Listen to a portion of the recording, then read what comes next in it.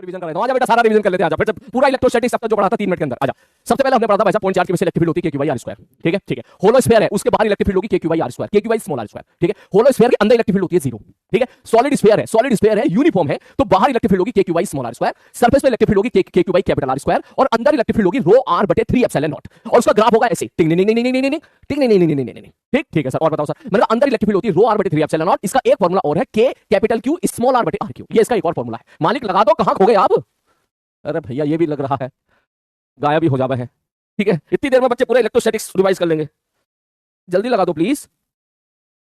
ठीक ठीक है। अब चलते हैं पुराने फॉर्मूले की तरफ। पुराने फॉर्मूले कौन से थे सर? एक था रिंग की वजह से एक्सिस पर इलेक्ट्रिक फील्ड का फॉर्मूला होता था KQX बटे R square plus x square की पावर 3/2। ठीक KQX बटे R square plus x square की पावर 3/2। मैंने कहा ठीक है भाई साहब ओके। इसके बाद सर इलेक्ट्रिक फील्ड मैक्सिमम कहां पर होती थी? Plus minus r by root पर इलेक्ट्रिक फील्ड मैक्सिमम होती थी। ठीक है ये वाला पार्ट क्लियर हो गया है। ठीक है ये वाली चीज क्लियर हो गई है। फिर हमने पढ़ी थी डिस्क की वजह से। डिस्क की वजह से जो इलेक्ट्रिक फील्ड आती है वो आती है कितनी? सिग्मा बाई 2 एप्सिलॉन नॉट पर minus cos theta. Sigma by 2 epsilon not पर माइनस cos थीटा। ठीक है सर। और अगर डिस्क तुम्हारी सपोज बहुत बड़ी डिस्क है, इनफाइनाइट डिस्क है, इनफाइनाइट शीट है तो sigma by 2 epsilon not. Sir कैसे होगी इलेक्ट्रिक फील्ड? मैंने कहा अगर चार्ज अगर पॉजिटिव है तो आगे होगी, चार्ज नेगेटिव है तो टुवर्ड्स होगी। ठीक है ठीक है चलो ये वाली चीज भी होगी क्लियर। नेक्स्ट इसके बाद फिर हम लोगों ने देखा था वायर अगर तुम्हारा सपोज एक फाइनाइट वायर है तो हम दो कोने पकड़ते थे, ऊपर वाला कोना नीचे वाला कोना, और जिस पॉइंट पे इलेक्ट्रिक फील्ड निकालनी होती थी उसको उससे कनेक्ट कर दिया करते थे। ऊपर वाला एंगल थीटा 1, नीचे वाला एंगल थीटा 2। इस जगह पे इलेक्ट्रिक फील्ड के दो कंपोनेंट आते थे, एक ई पैरेलल और एक ई परपेंडिकुलर। ई परपेंडिकुलर होता था k lambda by r sin theta 1 plus sin theta 2 और इधर वाला होता था k lambda by r cos theta 1 minus cos theta 2। और अगर इनफाइनाइट वायर होता था तो इलेक्ट्रिक फील्ड की वैल्यू आती थी 2k लैम्डा बाई r।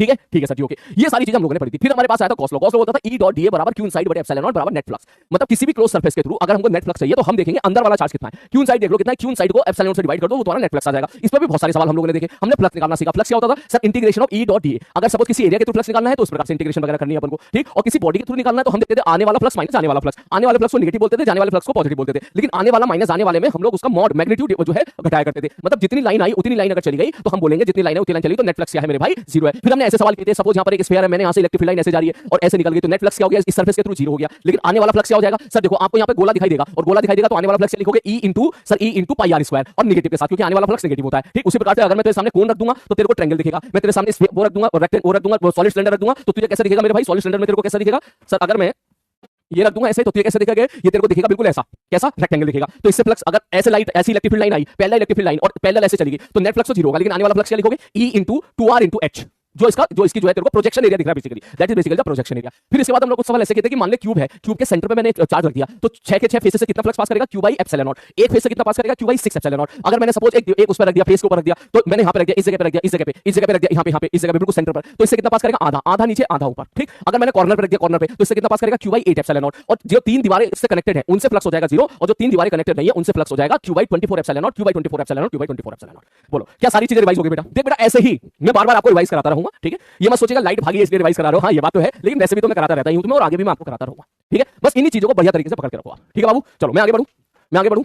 ठीक है ओके ठीक है। अब चलते हैं उस मोस्ट इंपोर्टेंट पार्ट पे जो हमने कल पढ़ा था और जो आज पढ़ा था। अगर तुझसे बोला जाए स्फेरिकल सरफेस है, ठीक है, और charge density volume charge density दे दी जाए, टोटल चार्ज पूछा जाएगा तो तू क्या बोलेगा? इंटीग्रेशन ऑफ रो डीबी, मतलब integration of rho into 4 pi r square into T r. आप उसको इंटीग्रेट कर दीजिएगा। ठीक है वो तुम्हारा टोटल चार्ज आ जाएगा। बाहर अगर आपसे पूछा जाएगा electric field Q by r square, अंदर पूछा जाएगा तो स्टेटमेंट क्या लिखोगे? E into 4 pi r square बराबर integration of E into 4 pi r square into T R from 0 to small r बटे एप्सिलॉन नॉट। सारे बच्चे आग लगाते हैं, जितने बच्चों को सारी चीजें समझ में आ गई हैं, सारी चीजें एकदम रिकॉल हो गई हैं, सारी चीजें बढ़िया तरीके से जो है याद हो गई हैं।